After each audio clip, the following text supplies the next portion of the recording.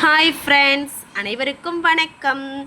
நான் உங்கள் நாமும் வளர்ந்து சாதிப்போம் தோழி. இன்றைக்கி என்ன பதிவு அப்படின்னு பார்த்தீங்கன்னா, தொடர்ந்து நான் அங்கன்வாடியை பற்றி தான் போட்டுட்ருக்கிறேன். நானும் அங்கன்வாடி வேலை வாய்ப்புக்கு அப்ளை பண்ணிட்டேங்க. நேற்று தான் போயிட்டு அப்ளை பண்ணிவிட்டு வந்தேன். போய் விண்ணப்பம் கொடுத்துட்டு வந்துட்டேன். அங்கே என்னெல்லாம் சின்ன சின்ன கரெக்ஷன் இருந்துச்சு, அதை மட்டும் நான் உங்ககிட்ட சொல்கிறேன். இந்த கரெக்ஷன்லாம் நான் பண்ணேன். எதெல்லாம் அட்டாச் பண்ணேன் அப்படின்றத முழுசாக அந்த வீடியோவை ஸ்கிப் பண்ணாமல் பாருங்கள். வீடியோவில் சொல்லியிருக்கிறேன். நான் 2-3 ஜாப்புக்கு அப்ளை பண்ணுறதா இருந்துச்சு. ஆனால் அது எல்லாமே என்னுடைய வார்டு பக்கம் இல்லை, ரொம்ப தள்ளி இருந்ததுனால நான் ஒரே ஒரு ஜாப்புக்கு மட்டும்தான் அப்ளை பண்ணியிருக்கிறேன். அப்போ நான் என்ன பண்ணேன், என்னெல்லாம் போயிட்டு சப்மிட் பண்ணியிருக்கேன் அப்படின்றத தெளிவாக சொல்கிறேன். வாங்க வீடியோக்குள்ளே. ஃபஸ்ட்டு பார்த்தீங்கன்னா விண்ணப்ப படிவத்தை ஒரு தடவைக்கு 2 தடவை நீங்கள் நல்லா பார்த்து ஃபில் பண்ணிவிடுங்க. எதுவும் மிஸ்டேக் விட்டுறாதீங்க. நான் என்ன பண்ணியிருந்தேன் அப்படின்னு பார்த்தீங்கன்னா, பெயர் கேட்டிருந்தாங்க. என்னுடைய பெயர் தமிழில் மட்டும் எழுதியிருந்தேன். பக்கத்தில் இங்கிலீஷில் எழுத சொன்னாங்க, இங்கிலீஷில் எழுதிட்டேன். அப்புறம் பார்த்திங்கன்னா ஃபோட்டோ ஒட்டிட்டு அது மேலேயே சைன் பண்ணி வெளியில் வர்ற வரைக்கும் சைன் பண்ணணும். சரிங்களா? ஃபோட்டோ பின்னாடியோ இல்லை ஃபோட்டோ கீழேயோ சைன் பண்ணிடாதீங்க. ஃபோட்டோவுக்கு மேலே சைன் பண்ணி வெளியில் வர்ற வரைக்கும் சைன் பண்ணி வச்சுடுங்க. அப்புறம் பார்த்திங்கன்னா ஆதார் கார்டு கொடுத்துருந்தேன். ஆதார் அட்டையோட ஜெராக்ஸும் அதில் சைனு நம்மளுடைய செல்ஃப் அட்டஸ்டடி இருக்கணும். சரிங்களா? நம்ம கொடுக்குற எல்லா ஜெராக்ஸ்லையுமே நம்ம தான் சைன் பண்ணணும், வேறு யாரும் சைன் பண்ணக்கூடாது. சரிங்களா? அதே மாதிரி நானே எல்லாத்துக்கும் சைன் பண்ணிட்டேன்.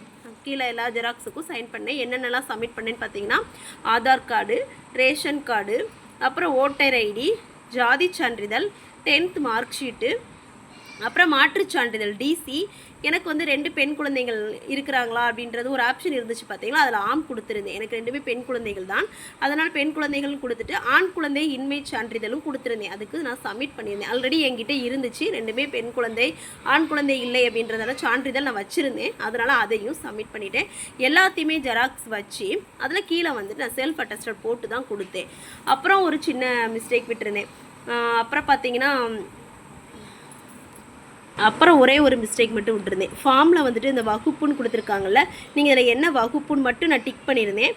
நீங்கள் என்ன பிரிவு அப்படின்றத இங்கே எழுதுங்கன்னு சொல்லியிருந்தாங்க. அதை மட்டும் இங்கே எழுதிடணும். எம்பிசியா, பிசியா, எஸ்சியான்றதை இந்த இடத்துல நீங்கள் மென்ஷன் பண்ணுங்கன்னு சொன்னாங்க. அதை நான் மென்ஷன் பண்ணியிருந்தேன். சரிங்களா? இந்த மாதிரி தாங்க நான் பண்ணியிருந்தேன். இந்த 2 மிஸ்டேக் மட்டும் தான் இருந்துச்சு. மற்ற எல்லாமே நான் பர்ஃபெக்டாக பண்ணிட்டேன். எல்லாமே ஜெராக்ஸும் கொடுத்து செல்ஃப் அட்டஸ்டோட கொடுத்து சைன் வாங்கினாங்க. பார்த்தாங்க எல்லாமே சைன் இருக்குது அப்படின்னு சொல்லிட்டு வாங்கிக்கிட்டாங்க. வாங்கிட்டு சீல் வச்சு என்கிட்ட ஒப்புகை சீட்டும் கொடுத்துட்டாங்க. நானும் ஒப்புகை சீட்டு வாங்கிட்டு வந்துட்டேங்க. அதனால் ஏன் இந்த வீடியோ போட்டிருக்கேன் அப்படின்னா, நான் இதெல்லாம் சப்மிட் பண்ணியிருக்கிறேன்.